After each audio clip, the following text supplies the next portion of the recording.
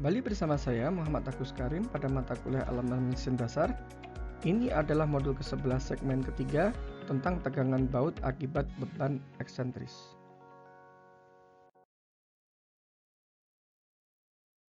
Nah, apa sih beban eksentris itu? Nah, beban eksentris itu adalah seperti ini. Misalkan kita punya sebuah beam yang dibaut ke tumpuannya dan mendapatkan beban pada ujung beam. Jadi ini adalah cantilever beam gitu ya. Nah, kalau kita lihat dari depan, maka diberikan oleh gambar ini. Oke. Bagaimana cara menganalisa untuk kasus seperti ini? Itu caranya adalah demikian. Pertama, kita harus memindahkan gaya P ini ke sentroid dari baut. Setelah itu, dari sentroid dari baut, kita akan pindahkan gaya dan momennya itu ke masing-masing baut. Oke. Nah, pertama kita pindahkan gaya ke sentroidnya, maka kita akan punya V. Ya. Kemudian, P ini memiliki jarak L terhadap sentroid, maka kita juga akan memiliki momen di situ. Besarnya adalah F dikalikan dengan L. Oke, kita lihat lebih detail lagi. Maka kita di sentroidnya itu akan punya gaya P dan momen. Oke. Nah, kita pindahkan ke masing-masing baut. Misalkan di sini kita punya baut A, B, C, D. Maka gaya P tadi kita pindahkan ke baut dan dibagi dengan jumlah bautnya N. Kalau jumlahnya 4 ya kita bagi 4. Maka itu kita akan punya yang disebut dengan primary shear. F aksen sama dengan V dibagi N. Oke. Berikutnya momen akan kita pindahkan juga ke masing-masing baut. Momen itu merupakan perkalian gaya dikalikan dengan jarak. Jadi momen sama dengan F double aksen dikalikan dengan jaraknya. Sama baut A, maka dikalikan dengan jarak dari baut A. Gitu ya. Dan ini kita sebut dengan secondary shear. Oke. Nah, kemudian kita akan mencari resultan pada masing-masing baut. Karena kita pengen mencari di manakah resultan terbesar. Apakah di baut A, baut B, baut C, atau baut D. Gitu ya. Untuk kasus ini, resultan di C dan D itu nilainya akan sama. Demikian juga resultan di B dan A. Nilainya akan sama. Resultannya itu bisa dicari dari persamaan ini. Nah, di sini kita akan melihat bahwa resultan C ataupun D itu akan lebih kecil daripada resultan di A. Oleh karena itu, yang paling kritis itu adalah baut di A ataupun di B. Besarnya sama. Oke. Jadi, tegangan geser yang akan kita hitung itu di lokasi yang paling kritis saja. Yaitu tinggal resultan dibagi dengan penampang dari baut. Lalu, bagaimana cara mencari sentroid pada baut? Caranya adalah bisa menggunakan persamaan ini. Di mana posisi sentroidnya itu terletak pada X bar dan Y bar. Oke. Di mana X bar itu sama dengan perbandingan dari penjumlahan A dikalikan dengan XI dibagi dengan sigma A. Ya. Y barnya juga sama. Penjumlahan dari A dikalikan Y dibagi dengan sigma A. Oke, agar lebih jelas, maka kita akan melihat contoh soal. Di sini ada sebuah batang cantilever memiliki ukuran 15 dikalikan dengan 200. 15 itu adalah tebalnya, 200 adalah tingginya. Dibaut pada 4 buah titik A, B, C, D. Ke baja profil C 250. Ini adalah baja profilnya. Oke.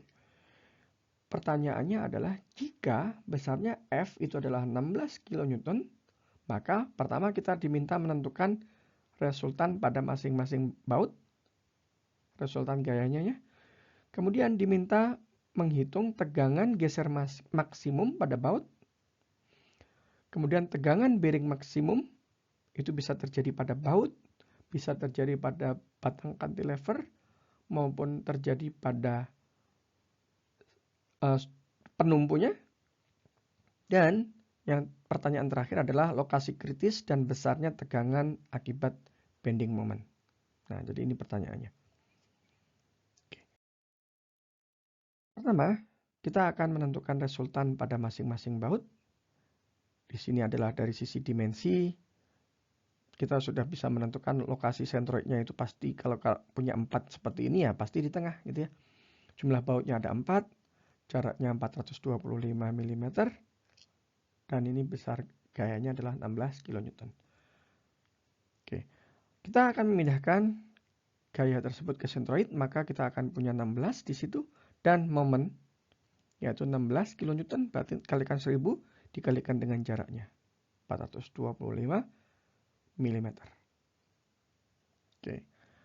Nah, jadi kita akan punya 16 kN dan 6.800 Nm. Kita akan pindahkan ke masing-masing baut.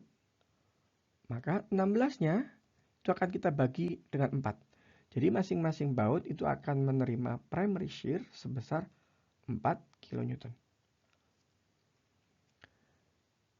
Sedangkan secondary shear-nya itu karena jaraknya itu sama, RA, RB, RC, dan RD-nya itu sama, maka kita langsung bisa menentukan berapakah besarnya secondary shear. Gitu ya. Jadi nilainya adalah 17,7. Dari geometri kita tahu bahwa RA, RB, RC, RD itu sama 96 ya. Sehingga kita bisa tahu 17,7-nya. Oke. Ini adalah cara menghitungnya ya. Oke, nah, sekarang kita akan mencari berapa besarnya gaya geser pada masing-masing baut.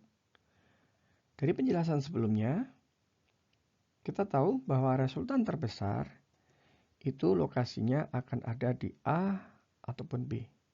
Jadi RA itu akan sama dengan RB, demikian juga RC itu akan sama dengan RD.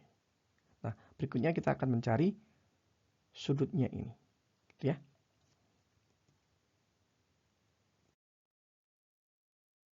Oke. Sudut itu bisa diketahui dari geometri. Kita bisa tahu alfa besarnya itu adalah 38,7 derajat. Dari mana? Dari geometrinya kita bisa tahu arkes tangan 60 dibagi dengan 75. Beta sudut ini itu adalah 90 dikurangi dengan alfa. Sehingga theta C itu adalah sama dengan theta D. Nilainya akan sama dengan 90 ditambah dengan beta. Sehingga nilainya adalah 141,3.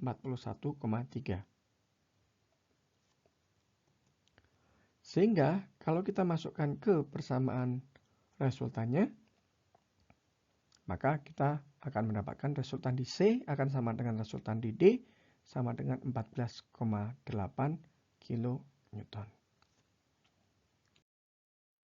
Kita juga bisa mencari resultan di A dan B dengan cara yang sama, di mana tetanya itu akan sama dengan alfa, sama dengan 38,7, sehingga resultannya adalah 21 kN.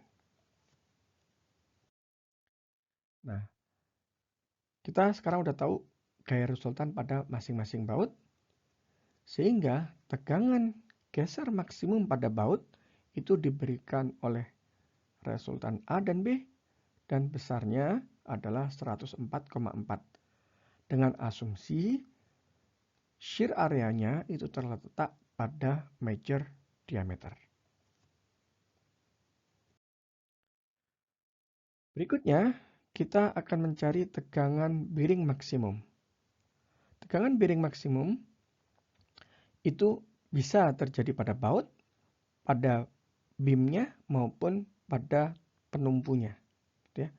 Nah, Yang maksimum itu terjadi pada ukuran yang paling tipis. Dalam kasus ini, yang paling tipis itu adalah channel C, yang penumpunya. Sehingga tegangan bearing sama dengan F dibagi dengan A. Gitu ya.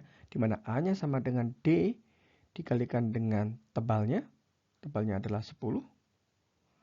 Sehingga kita dapatkan 160 mm kuadrat.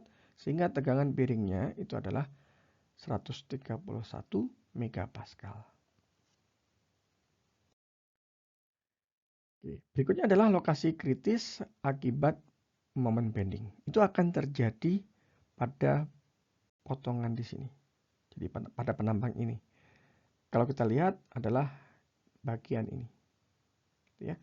Di mana tegangannya itu bisa dicari dari persamaan mc per I. Oke, kita lihat. Sekarang kita butuh untuk mencari I, yaitu momen inersia penampang.